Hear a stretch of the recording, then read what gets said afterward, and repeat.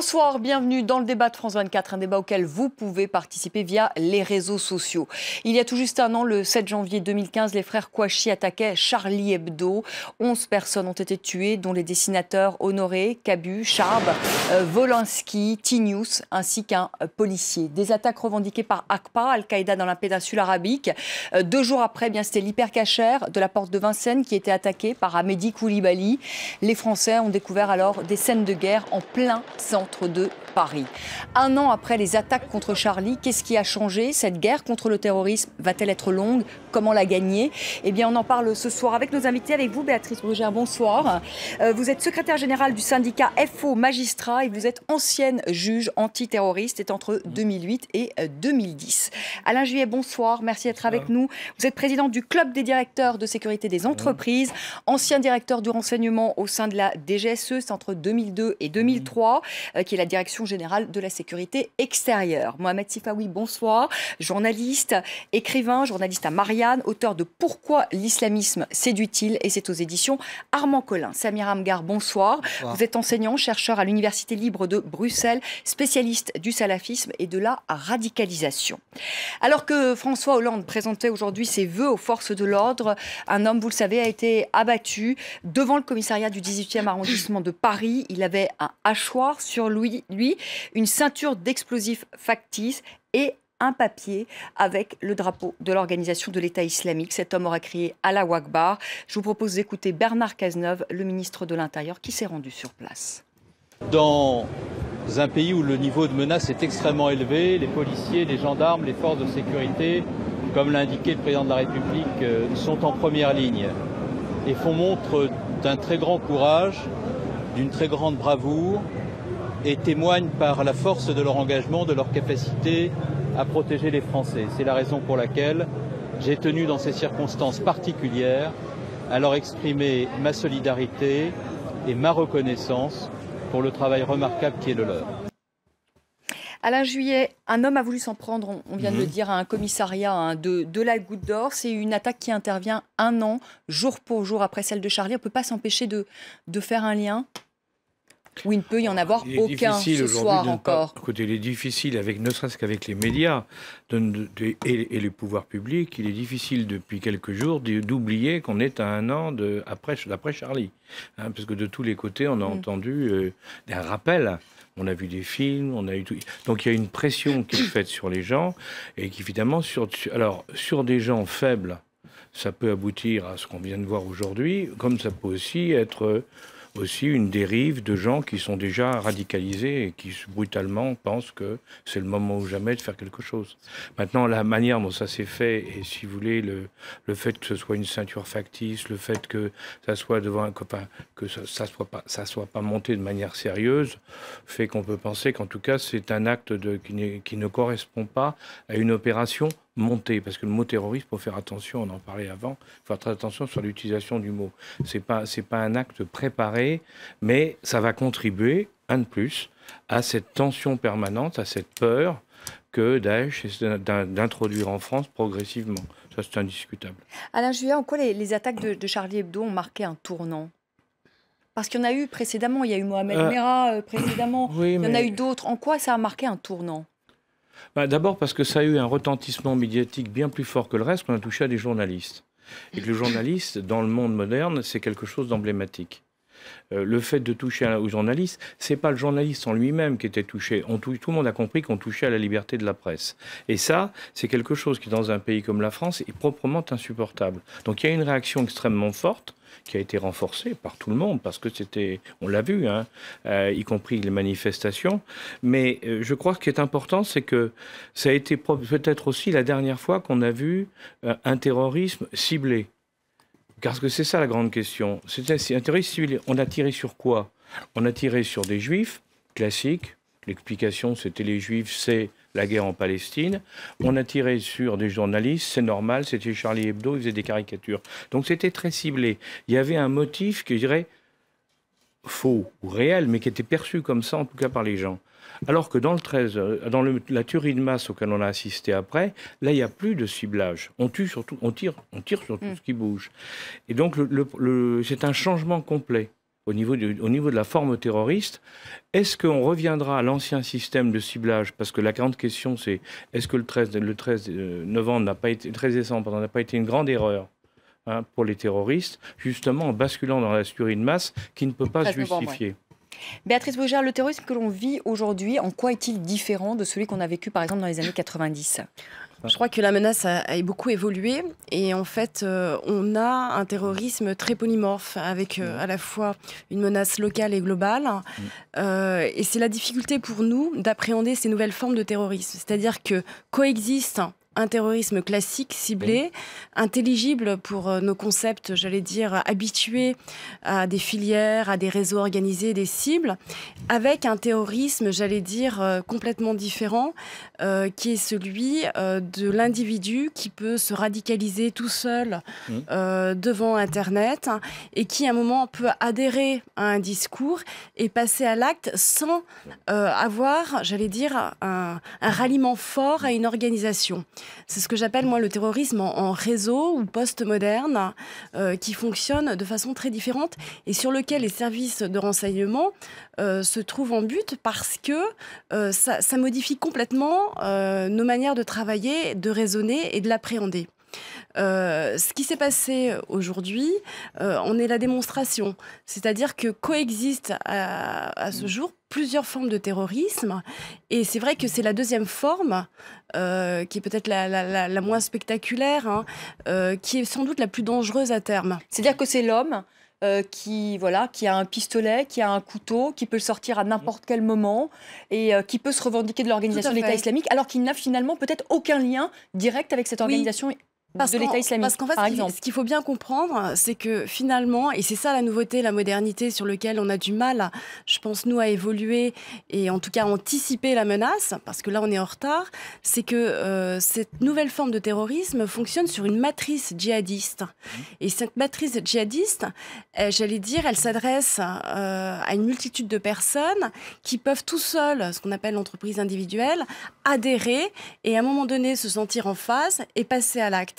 Et là-dessus, on est en grande difficulté en termes de prévention. Samir Amagar, quel est justement le profil de ces terroristes? Est-ce qu'ils ont un ou deux points communs?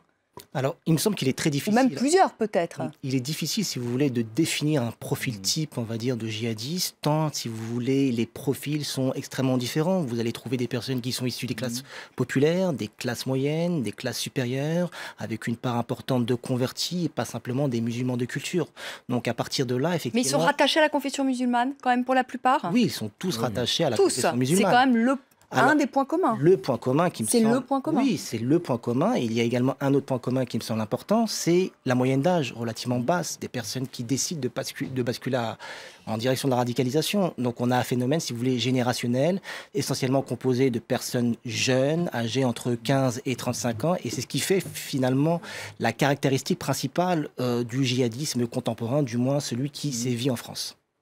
Mohamed Sifawi, en quoi, je vais vous poser la même question qu'Alain Juillet, en quoi ces attentats ont-ils marqué un tournant en France?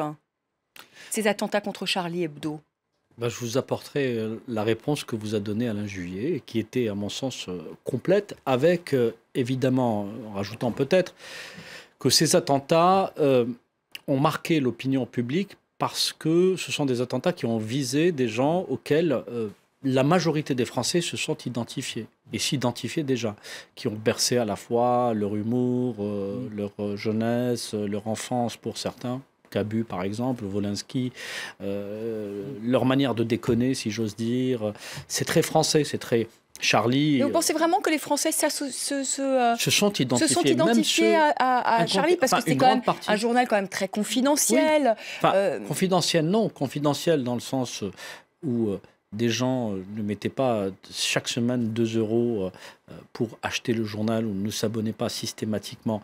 Parce qu'il faut le dire, Charlie Hebdo a souffert d'une campagne de diabolisation mensongère qui a été menée contre lui, notamment au moment de la publication des caricatures de Mahomet, et notamment après le procès, pendant et après le procès, où on a voulu présenter un journal antiraciste par excellence comme étant un journal raciste, ce qui ne l'était pas. Moi, qui est connu et qui a eu des amis parmi ces gens qui ont été tués, je peux vous dire qu'ils étaient tout sauf racistes, voire le contraire. C'est ce que les gens ne savent pas, c'est que certains d'entre eux défendaient, y compris, j'avais des désaccords par exemple avec T-News, qui trouvaient parfois des justifications socio-économiques à certains terroristes qui étaient dans un discours plus ou moins indulgent, etc. Et alors que c'était quelqu'un que j'appréciais, on s'appréciait énormément, mais on avait parfois ce désaccord. Parfois, je ne dis pas systématiquement. C'est des gens d'une grande générosité. Ce sont des antiracistes qu'on a voulu salir à tout prix. Et donc, comme on parlait de l'impact, finalement, de ces campagnes de diabolisation qui ont été menées par des milieux islamistes uniquement, mais par tous les bigots de France et de Navarre et par tous ceux qui ont commencé à verser des larmes de crocodile par la suite, y compris des politiques. Parce que Charlie, effectivement, comme tout journal satirique, Charlie dérange et dérange encore. Charlie lève des tabous, Charlie parle parfois de manière, je dirais, irrévérencieuse. Donc dans un pays où dans certains aspects, le conformisme est je dirais, de sortie, très souvent, où la bien-pensance, une certaine bien-pensance, certains politiquement corrects, et parfois la vertu essentielle, et l'hypocrisie, c'est vrai que Charlie, parfois, a pu titiller un certain nombre de milieux. Alain Juillet. Oui, réagir à ce que disait Mohamed Sifa, vous n'étiez pas tout à fait d'accord, parce que je pense que, si vous voulez, il y a une chose qui a à la fois choqué, mais qui a aussi montré une autre facette de ce qui s'est passé, c'est le fait que les gens de Charlie Hebdo étaient des anarchistes, destructeurs de tout, parce qu'ils étaient comme ça, et dans le fond, les Français aimaient bien ça. Mais quand ils se moquaient méchamment du pape ou de la croix et autres. Les Français, ils admettaient. Parce que les chrétiens, en général, ils laissent passer. Parce qu'ils sont habitués à vivre dans un monde dans lequel la tolérance fait partie des valeurs de la République. Et brutalement, là, ils basculent sur une autre religion. Et là, il y a une campagne mondiale et l'intolérance est à son comble, ce que vous disiez. Alors là, on rentre dans autre chose. Et là, je pense que les Français ont pris conscience que ce n'était pas du tout la même chose. Et qu'en définitive, on avait, d'un côté, on pouvait dire beaucoup de choses, surtout en France, parce que c'est la nature des Français, mais que sur un domaine qui était celui de l'islam, alors si on touchait à quelque chose, c'était la guerre. Et ça, je crois que les gens ont été profondément choqués. Et c'est très grave. Parce que derrière, ça a encouragé un sentiment alors islamophobe, et ça a donné une vision, en plus, les réactions en tous les sens, ont donné une vision de l'islam qui n'est pas du tout la vision réelle de l'islam. L'islam malékiste ou l'islam des soufis n'a rien à voir avec celle des salafistes. N'empêche qu'aujourd'hui, vous parlez aux Français en général, et à 80%, si ce n'est pas plus, ils vont vous parler de salafisme, en oubliant complètement tout le reste. Donc c'est là où il y a, par ailleurs, un vrai problème de fond. Je suis entièrement d'accord avec vous. Ils ont été assassinés par la barbarie islamiste et ça, personne ne peut le nier. Mais je rajouterais juste, quand même, pour être conforme à la vérité historique, c'est que les associations bigotes catholiques les ont quand même étouffés, autant tenté de les étouffer par une série de procès multipliés, justement, pour essayer de mais faire un procès, c'est utiliser les lois de la République contre quelque chose. C'était juste une précision. À la Kalachnikov, c'est pas exactement la même chose. Mais j'ai pas mis sur le de la France. J'ai pas mis sur un pied d'égalité, évidemment. Je suis d'accord avec vous, c'est clair, on est bien d'accord. Mais c'est vrai que ça a créé un gros choc. Samir Amghar, est-ce qu'on aurait pu éviter ces attaques? Difficile à dire, effectivement, de revenir dans le passé et essayer, si vous voulez, de considérer que l'on aurait pu, à partir d'un certain nombre, si vous voulez, on va dire, d'éléments, dire finalement qu'on aurait pu éviter ces attaques. Toujours est-il qu'il me semble qu'il est important d'avoir à l'esprit que ces attaques sont le produit d'un long processus, si vous voulez, de maturation idéologique, politique, sociale, et qu'il est important d'avoir à l'esprit que la radicalisation ne naît pas de nulle part. Lorsqu'on est radicaux, on ne l'est pas de naissance, on le devient. Et donc, il est important, à mon sens, pour éviter, si vous voulez, assister à ce type de problématique, d'essayer d'identifier ces différents facteurs qui conduisent à la radicalisation. Alors, quels sont-ils, ces facteurs? Alors, il me semble que l'un des premiers facteurs, et ce n'est pas le seul, c'est un facteur idéologique ou religieux. Il est important d'avoir à l'esprit que les personnes qui décident de se radicaliser, qui décident de commettre des attentats en Syrie ou qui décident de commettre des attentats en Europe, le font parce qu'ils ont l'intime conviction qu'ils obéissent à une injonction divine. Ils ont le sentiment que finalement, ils respectent un pilier ou une certaine lecture de l'islam. Et la variable religieuse est une variable, si vous voulez, importante dans cette équation de la radicalisation. Or, cette variable n'est pas l'unique variable qui permet d'expliquer les processus de radicalisation. Pourquoi ? Parce que les personnes auxquelles on a affaire, ceux qui se radicalisent, n'ont pas forcément une connaissance profonde, fine et précise du corpus idéologique. Et il est nécessaire, à mon sens, d'aborder d'autres variables qui permettent d'expliquer, si vous voulez, ces processus de radicalisation. Et l'un des éléments qui permet d'expliquer cela, c'est l'exclusion politique ou le sentiment de marginalisation politique. Le fait que des individus... Une marginalisation sociale peut-être politique aussi, effectivement. La marginalisation sociale joue, mais elle n'explique pas tout. Pourquoi ? Parce qu'il y a des personnes qui sont issues des classes moyennes, classes supérieures, qui décident de partir en Syrie et qui, avant... Est-ce qu'elles sont majoritaires quand même Alors, pas quand même, parce que souvent on a vu ces jeunes filles qui étaient enrôlées, qui se radicalisaient, qui venaient justement de quartiers bourgeois, mais finalement est-ce qu'elles restent pas quand même minoritaires ? Est-ce que c'est pas quand même des jeunes qui viennent justement de quartiers plutôt difficiles ? Non, en général, si vous voulez, c'est quelque chose d'un point de vue sociologique assez mixte. Vous avez des personnes qui sont issues des classes moyennes et des classes supérieures. Et ça, c'est un élément qu'il faut avoir à l'esprit lorsqu'on étudie les processus de radicalisation. Vous avez des personnes qui sont des fonctionnaires, des enseignants, des commerçants, des médecins, des avocats qui décident, pour un certain nombre de raisons, de partir en Syrie. Et c'est un élément, si vous voulez, fondamental qui permet d'expliquer, si vous voulez, la grande variété des processus de radicalisation. Et la marginalisation politique est un élément central.